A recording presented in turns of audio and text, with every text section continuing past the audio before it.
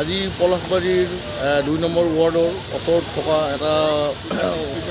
এটা skipper company তেখেতসকলৰ গুদামত pipe আছিলে, পাইপত ভয়ংকৰ জুই লাগিছে।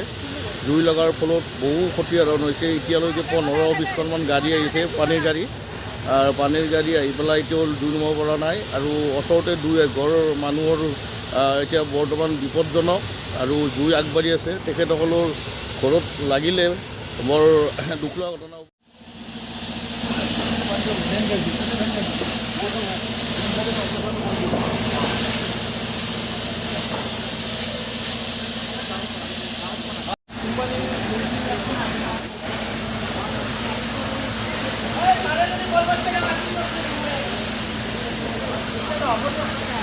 পানি জোৰে নাই সেই কালি বিধান